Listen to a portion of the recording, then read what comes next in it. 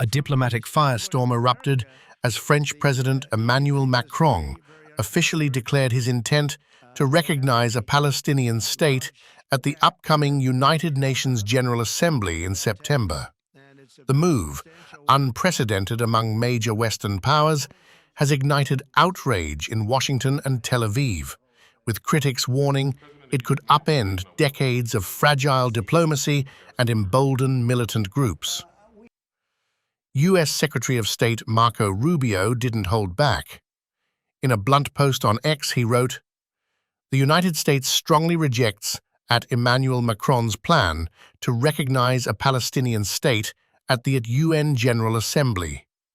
This reckless decision only serves Hamas propaganda and sets back peace. It is a slap in the face to the victims of October 7th. The Israeli reaction was even more incendiary. Prime Minister Benjamin Netanyahu blasted the French announcement, calling it a reward for terror and warning that a Palestinian state in these conditions would be a launchpad to annihilate Israel.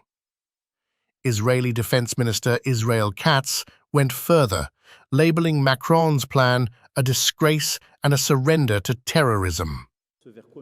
France, home to both Europe's largest Jewish and Muslim communities, would become the first G7 nation to formally recognize a Palestinian state, a decision with potentially explosive consequences. Macron insists the move is in line with France's historic commitment to a two-state solution, claiming it will help bring peace to the region. But critics argue it does the opposite, bypassing negotiations, rewarding extremism, and deepening divisions across the West.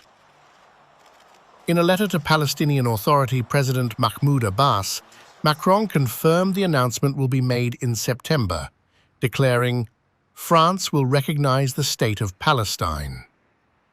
Palestinian officials quickly praised the decision, with Vice President Hussein al-Sheikh calling it a historic stance in defense of international law. But the backlash has been swift and unforgiving. U.S. officials, already distancing themselves from the two-state paradigm under President Donald Trump's administration, say unilateral recognition undermines American foreign policy.